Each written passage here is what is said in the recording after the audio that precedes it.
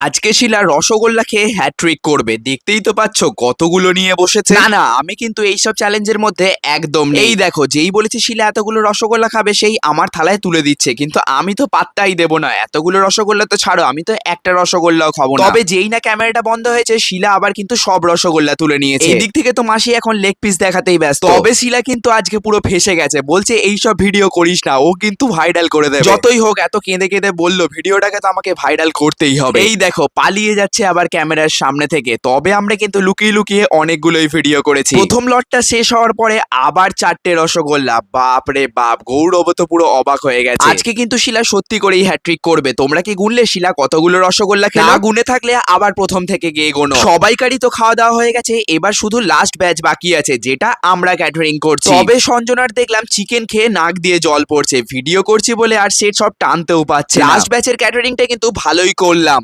আজ